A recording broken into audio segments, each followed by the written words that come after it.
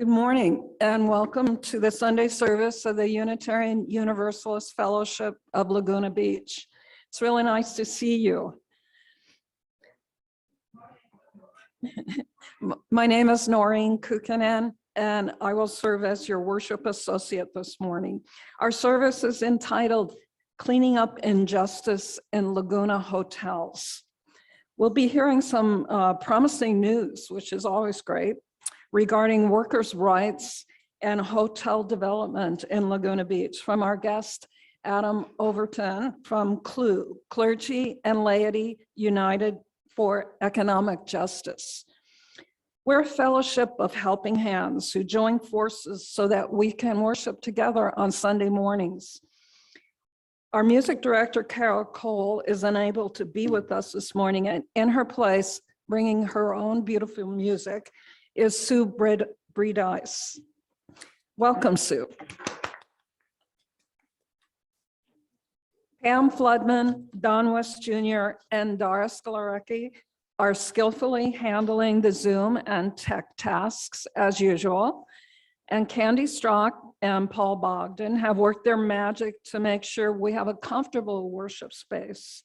They get here early, they open windows, light candles, make coffee. We love to have their help, and it makes this place feel like a place of friendship, which is pretty much why I'm here. Friendships with like values. We appreciate you all.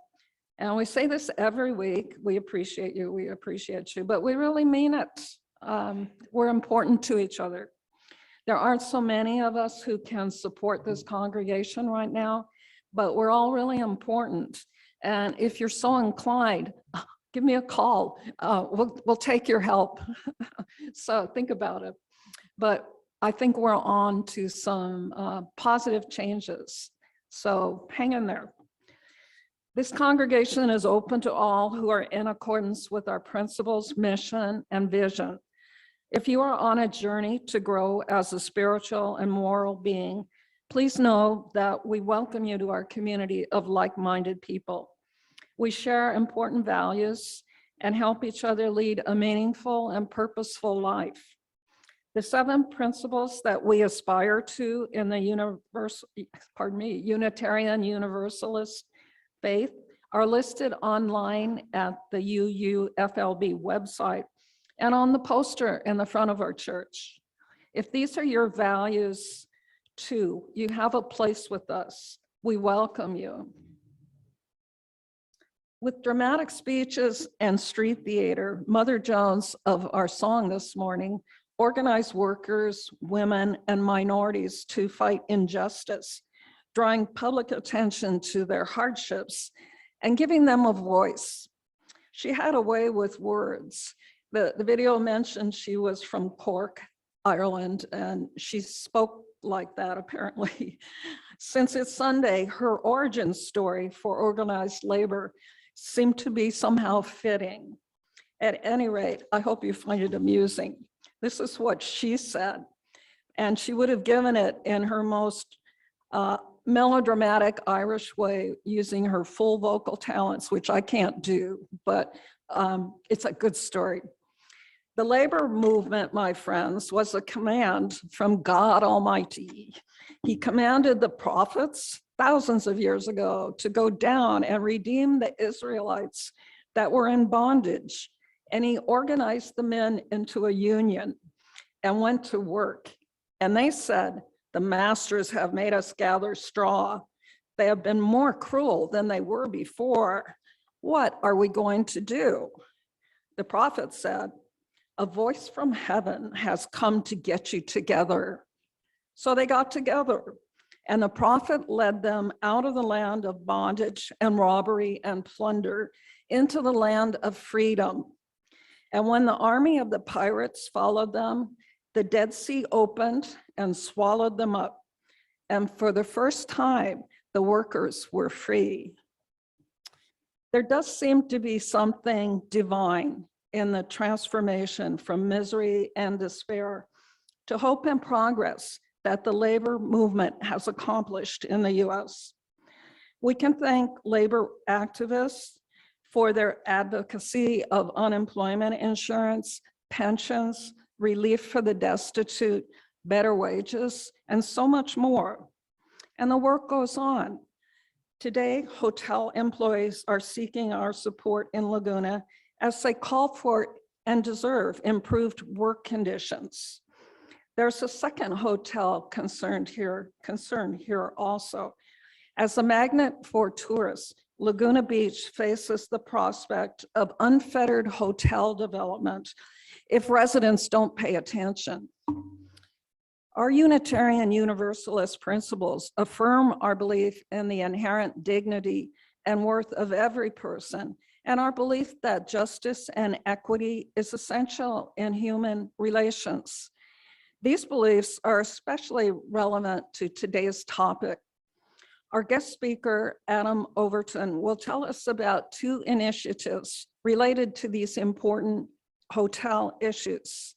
We're really pleased to get the scoop on these significant issues that have much to do with the quality of life in Laguna Beach. Welcome to Adam. Thank you. Thank you for coming. The chalice is the only symbol in the Unitarian Universalist faith. It suggests the transformations that take place when we are held within religious community. When we light the chalice in worship, we illuminate a world that we feel called upon to serve with love and a sense of justice. If you're joining us on Zoom today, I invite you to light a chalice in your home. Candy Strock will light the chalice for us here at UUFLB.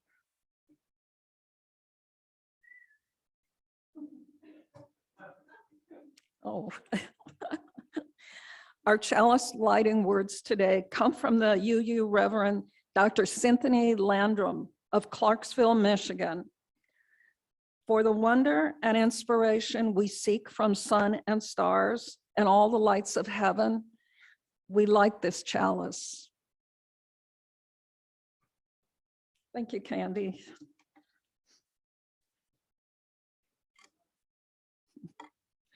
We all deserve a hand. As moral strivers and Unitarian Universalists, we seek justice for all.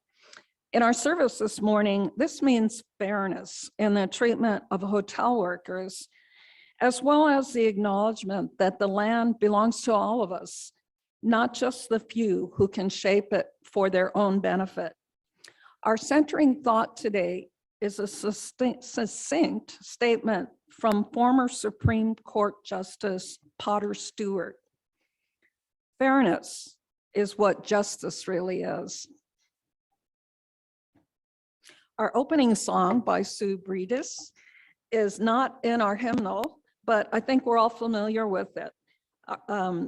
She will lead us in singing "This Land is Your Land," and the words will be on the screen, I think, but they're also on a piece of paper back there if you choose to use paper. Please raise your voices and enjoy this uplifting song.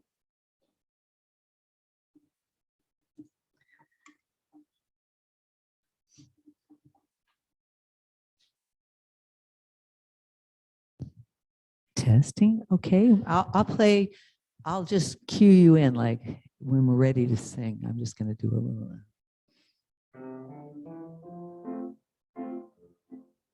Here we go. This land is yours. Sorry, my fault. Let me get this right.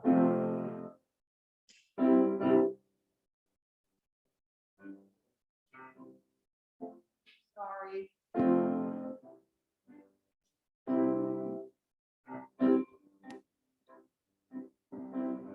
Now, this land is your land, this land is my land, from California to the New York Island, from the redwood forest to the Gulf Stream waters. This land was made for you and me. As I was walking that ribbon of highway, way. I saw above me that endless skyway. I saw below me that golden valley. This land was made for you and me. I've roamed and rambled, and I followed my footsteps to the sparkling sands of her diamond deserts, and all around me a voice was sounding. This land was made for you and me.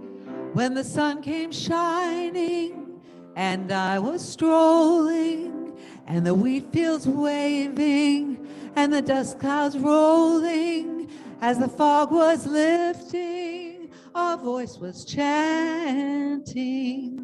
This land was made for you and me. As I went walking, I saw a sign there, and the sign it said, no trespassing. But on the other side, it didn't say nothing. That side was made for you and me. In the shadow of the steeple, I saw my people. By the relief office, I seen my people. As they stood there hungry, I stood there asking, is this land made for you and me? Nobody living can ever stop me as I go walking that freedom highway. Nobody living can make me turn back. This land was made for you and me. This land is your land. This land is my land. From California to the New York Island, from the redwood forest to the Gulf Stream waters. This land was made for you and me. One more time. This land is your land. This land is my land. From California to the New York Island, from the redwood forest to the Gulf Stream waters. This land was made for you and me. Repeat. This land was made for you and me. One more time. This land was made for you and me.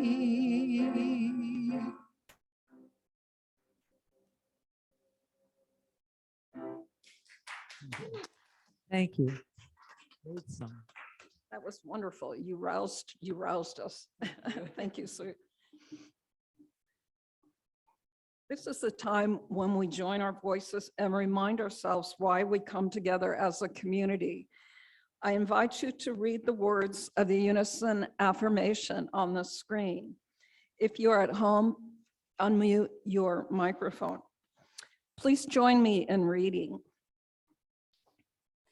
May we be reminded here of our highest aspirations and and inspired inspired to bring our gifts of of love love and service to the to altar the altar of of humanity. humanity.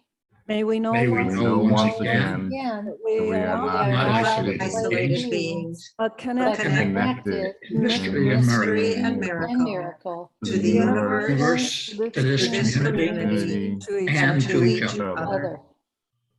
During this time in our service, the recording is stopped and we share important events that have touched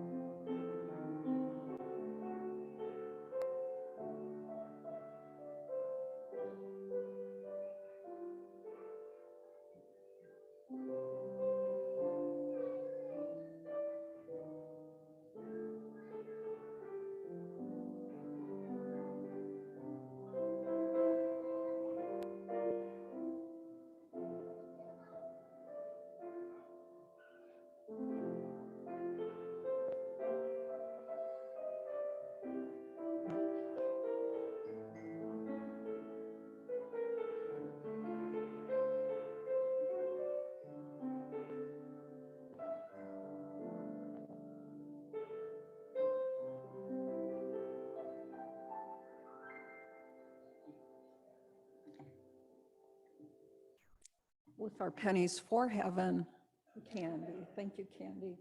Let's all sing our song of gratitude. From you I receive, to you I give, together we share, and from this we live. From you I receive, to you I give, together we share, and from this we live. Thank you, Candy. Our prayer for meditation is from the prophet Isaiah. If you have a blue hymnal, it's in the back, but you can listen and think about the meaning of his words so many years ago.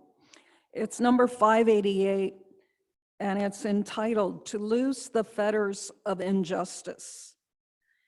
Is not this the fast that I choose? To loose the bonds of injustice, to undo the thongs of the yoke, to let the oppressed go free, and to break every yoke. Is it not to share your bread with the hungry and bring the homeless poor into your house? When you see them naked, to cover them and not to hide yourself from your own kin.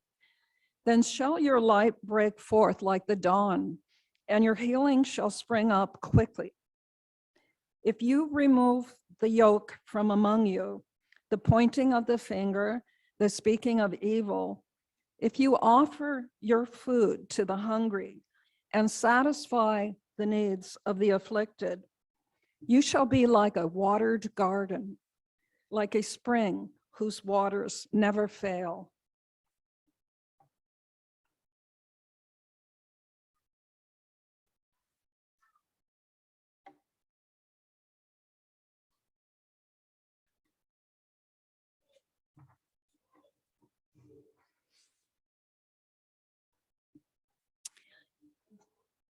Adam Overton, our guest speaker this morning, is a member of C.L.U.E, Clergy and Laity United for Economic Justice.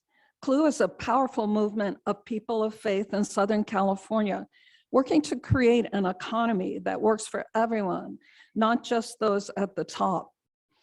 Adam is a faith-rooted organizer working here in Orange County.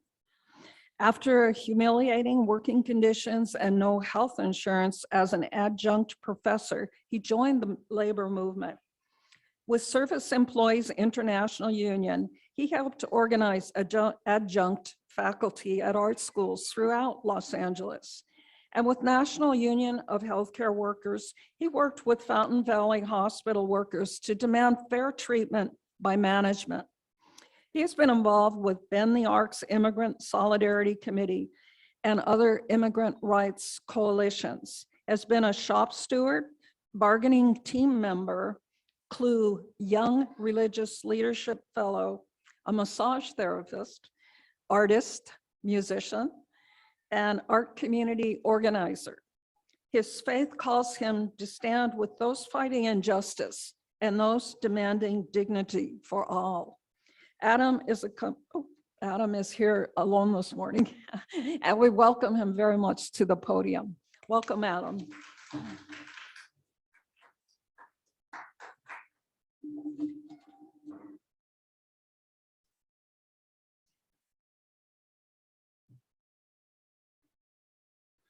morning, everyone. How are you doing?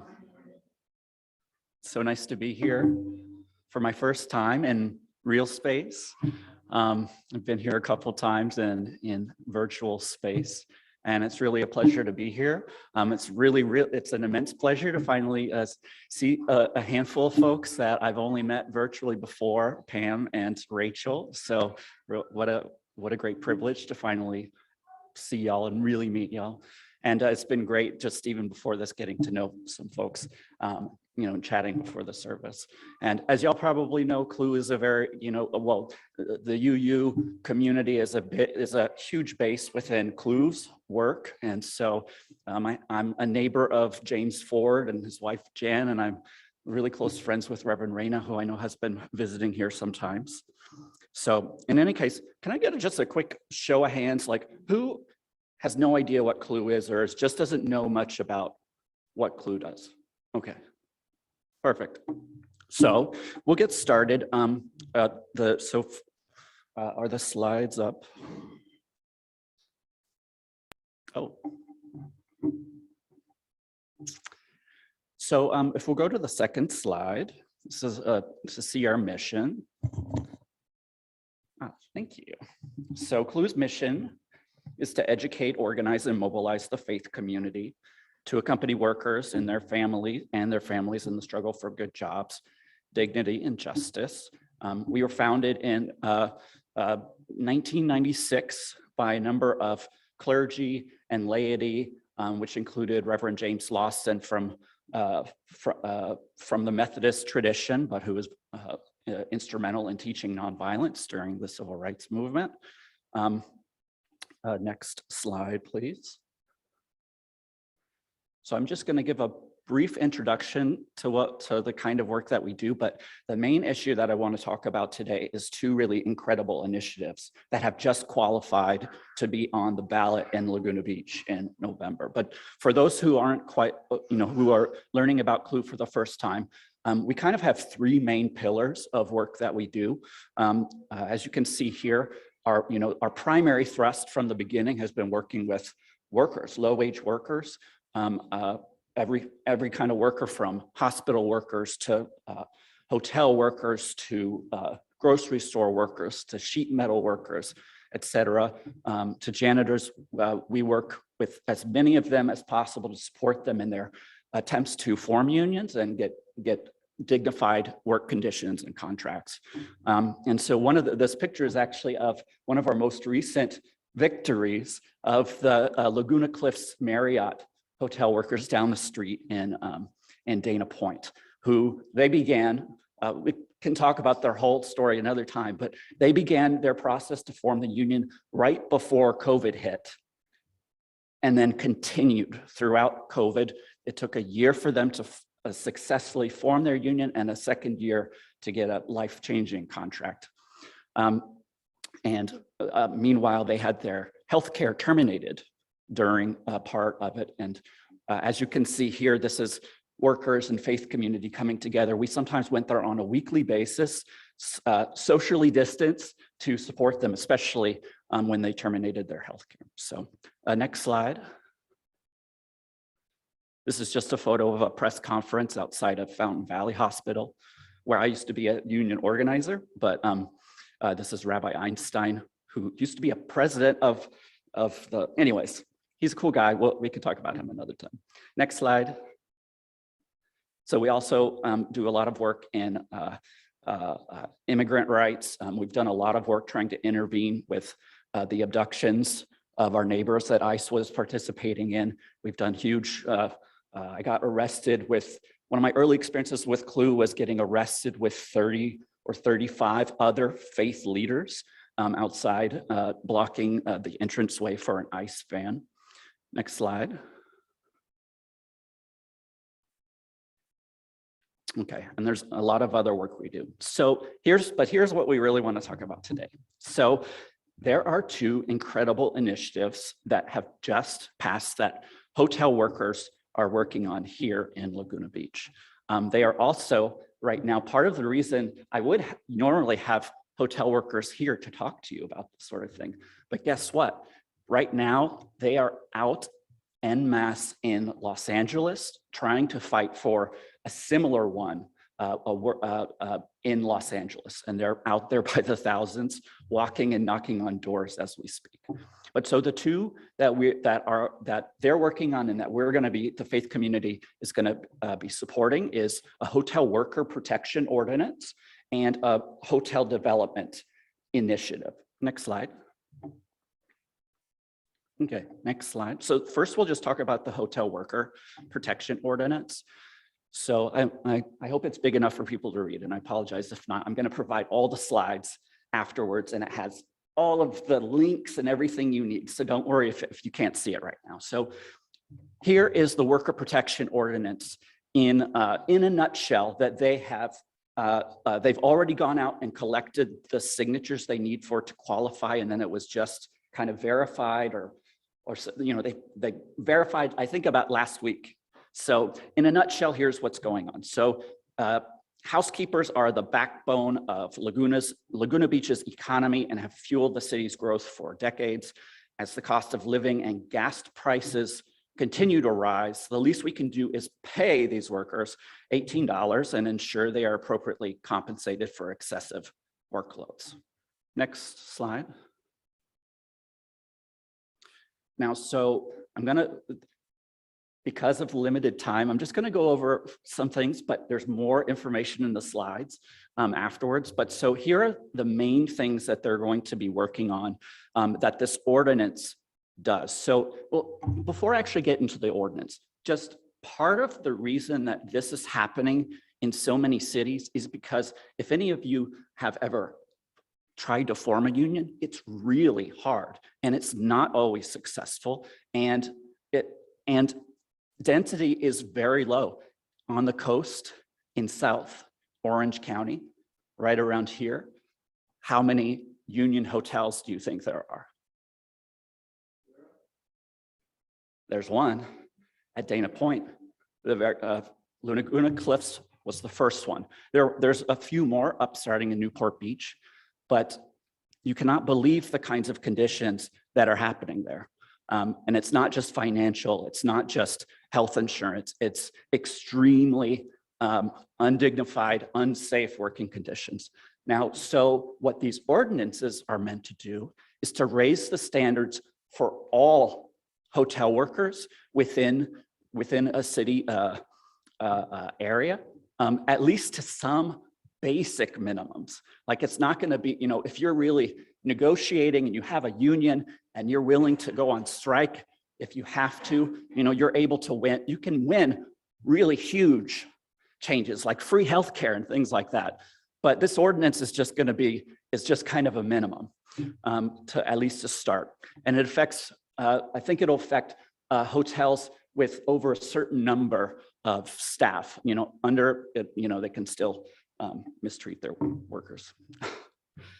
So the four main points that are covered in this worker protection ordinance are safety.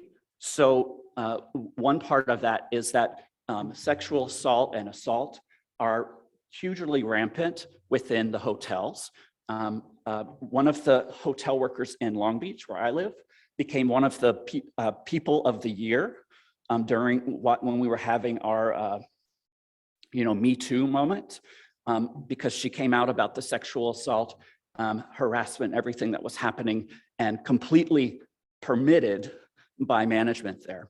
So one of the things that folks up there did was they ran an ordinance kind of like, basically like this, that included getting panic buttons for anyone, men and women, no matter where they are. Another part of it, though, it's not just having the panic buttons, but requiring hotel management to restrict and prevent repeat offenders. Because they're at a lot of these hotels, you know, you can report that this person did something or touched you or pushed you or whatever, but if they're a high roller, that doesn't mean that the hotel is going to tell them to not come back. This would make would have some mechanism to make sure that, you know, if you have a valid claim, like, you know, those folks are not going to be able to come back and mistreat you again. The second point in this one is related to workload. Right, I don't. There's some more numbers in here if you want to see later, but basically, housekeepers especially are doing back-breaking work by cleaning usually the number of rooms that it takes 2 people to complete. That is very common in the entire industry where there is not a union. And most the numbers change depending on whether it's multi-floor and things like that. But on average, you know, at a good, you know, union where you have a good contract, it might be like 10 to 12 units in a hotel. Usually, folks like at most of these big ones, at least at Laguna Cliffs, they were having to do 20, 21 per shift. And also having to do them fast And not, imagine in the time of COVID, having to do like 20 and not being able to actually sanitize the space, right? So, so this would create quotas for the number of rooms that they would have to clean per shift. Number 3 is mandatory overtime. This would involve giving the workers the right to informed consent, meaning that their managers can't just say, you have to work another 5 or 6 hours, or you need to work this whole weekend, or things like that, without them having a right to say, actually, I can't do that, and to refuse in certain circumstances. So that's a huge problem in this industry. And then the last one is the minimum wage. This would raise the minimum wage for hotel workers to $18 an hour, which doesn't seem like a lot, and is not. I think in Orange County, it's something like $30 an hour would be a quote unquote real living wage in this county, but $18 would be a lot more than the $14 and $15 that they were making at Laguna Cliffs, and they're probably making at many of these places. So those are the 4 main points in that one. And then if you'll fast forward to the similar statement of reasons for the other ordinance. Oh, by the way, if you'll pause right there. So there are several other cities that actually have passed successfully ordinances like this in Santa Monica, Long Beach, West Hollywood, Emeryville, and Seattle. And there are links to all the language and whatnot's in here, so we'll send it out afterwards. All right, so then there's the Hotel Development Initiative. So in a nutshell, Laguna Beach is experiencing an unprecedented development boom, as you all know, that is changing its small town character by increasing traffic and congestion and irrevocably altering the character of local retail, often to further cater to luxury guests. Voters deserve a say on large hotel development projects and major remodels. If you could go ahead, one slide. So here's the statement of reasons from the thing. It kind of gets a little more in depth. So Laguna Beach residents value their community for its small city charm, walkable commercial districts, and high quality of life.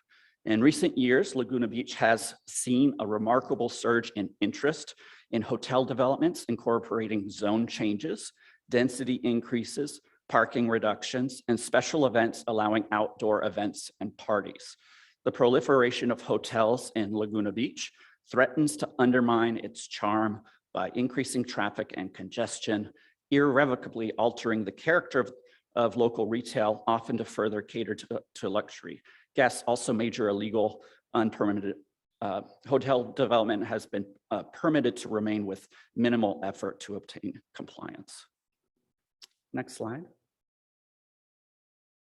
Okay. Now, these are the main things that are in this ordinance for the Hotel Development Initiative. Basically, it would give the community, you guys, the right to either vote yes for something that the city council has approved, or vote no against it if it's development beyond a certain parameters. Especially, I've actually been to a city council here once and watched the group rubber stamp a development project, giving the permit for the expansion that the Coastal Commission then, I believe, may have then said, no, you can't do that. So in this case, this will put the community as the final arbiter to decide this. So as the city evolves in the future, the citizens, this language from the thing. So the citizens resolve that new hotel development and major hotel remodels shall, number one, conform with certain core development standards designed to maintain compatibility with Laguna Beach's existing development and generally low-rise scenic coast setting, including density, parking, open space, and height. These places are always, either one, getting a permit to add all of these things, and again, getting them rubber stamped, even if it's a problem for the community. So number two is that hotels will be of development projects will have to comply with existing land use.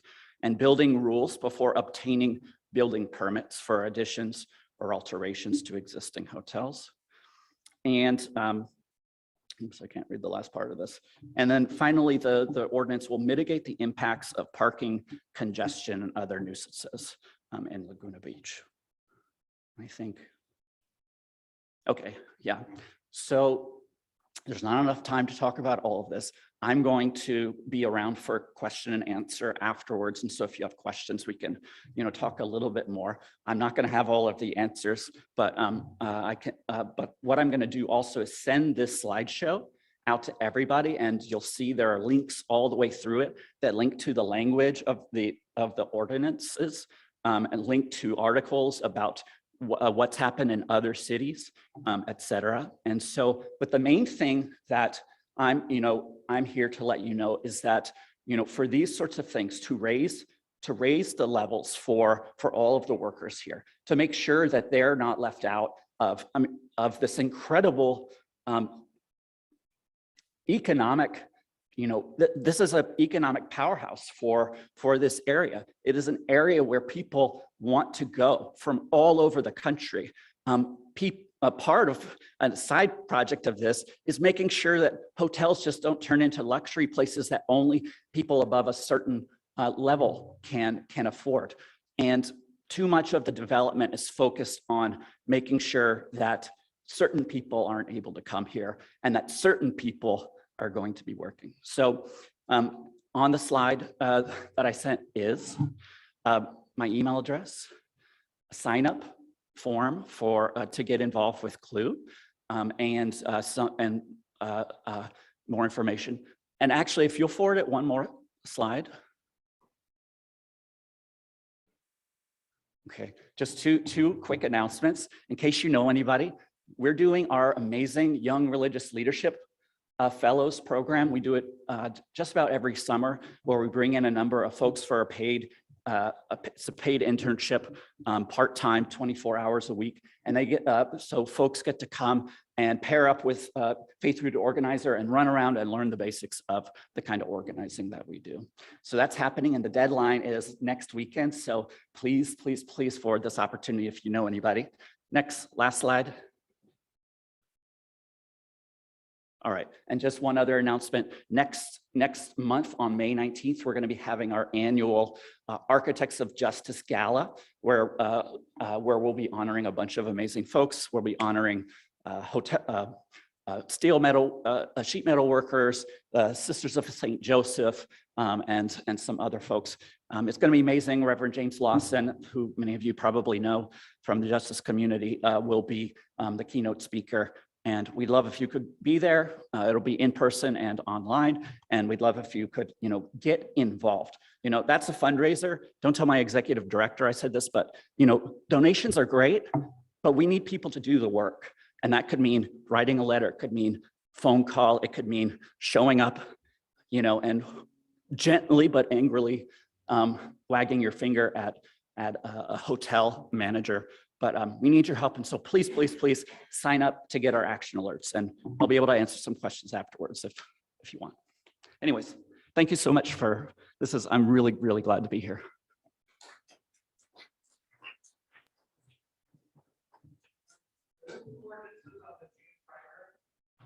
No, they're probably, I think they're going to be here.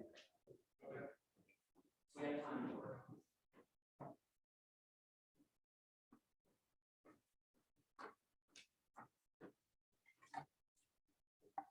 Thank you so much, Adam. Very informative and inspiring too. It's just really nice to see people with so much interest, enthusiasm, and drive to accomplish the things that we all think are important. Thank you. It's time to extinguish our chalice now. Candy.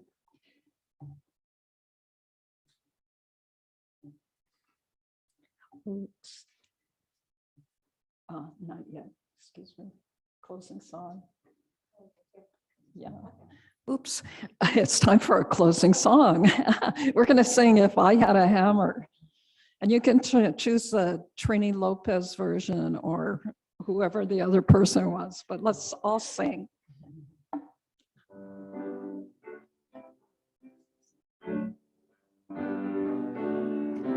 If I had a hammer, I'd a hammer in the morning, I'd hammer in the evening, all over this land.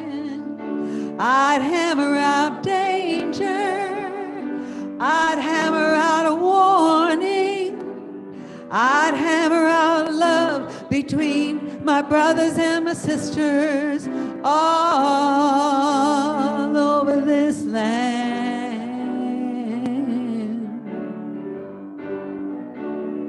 If I had a bell, I'd ring it in the morning, I'd ring it in the evening, all over this land.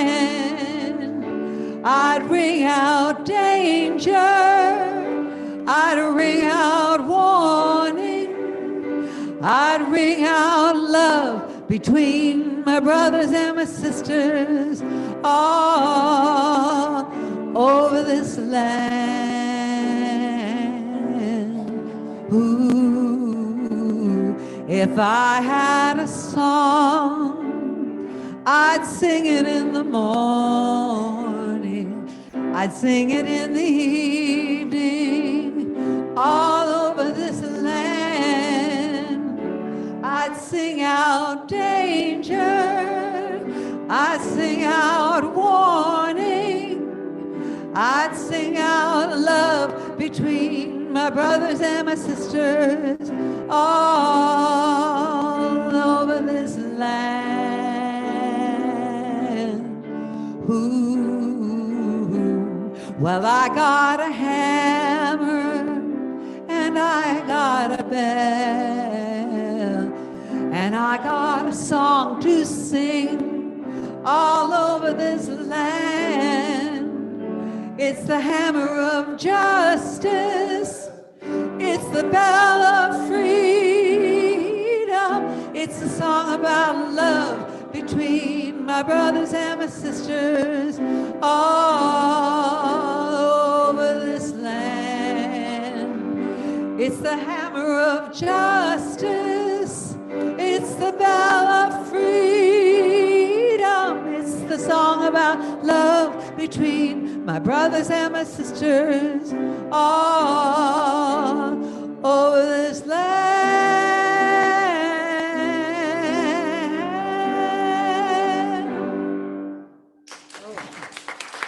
Thank you. It's fun to have you today, Sue. Now we will extinguish our chalice. Please do so with yours at home if you've lit a candle.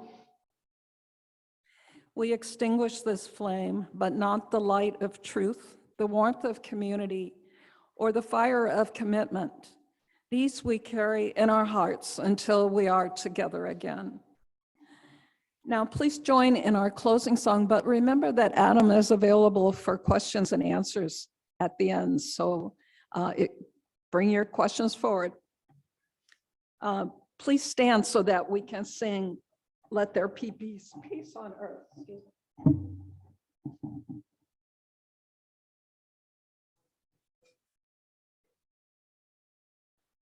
Test. I'll do just the ending and then we'll come in on the beginning.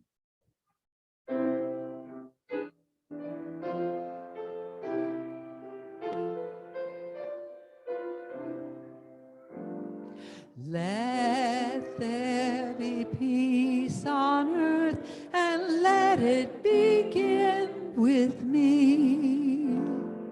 Let there be peace on earth, the peace that was meant to be, with God as our Father, brothers all are we. Let me walk with my brother in perfect harmony.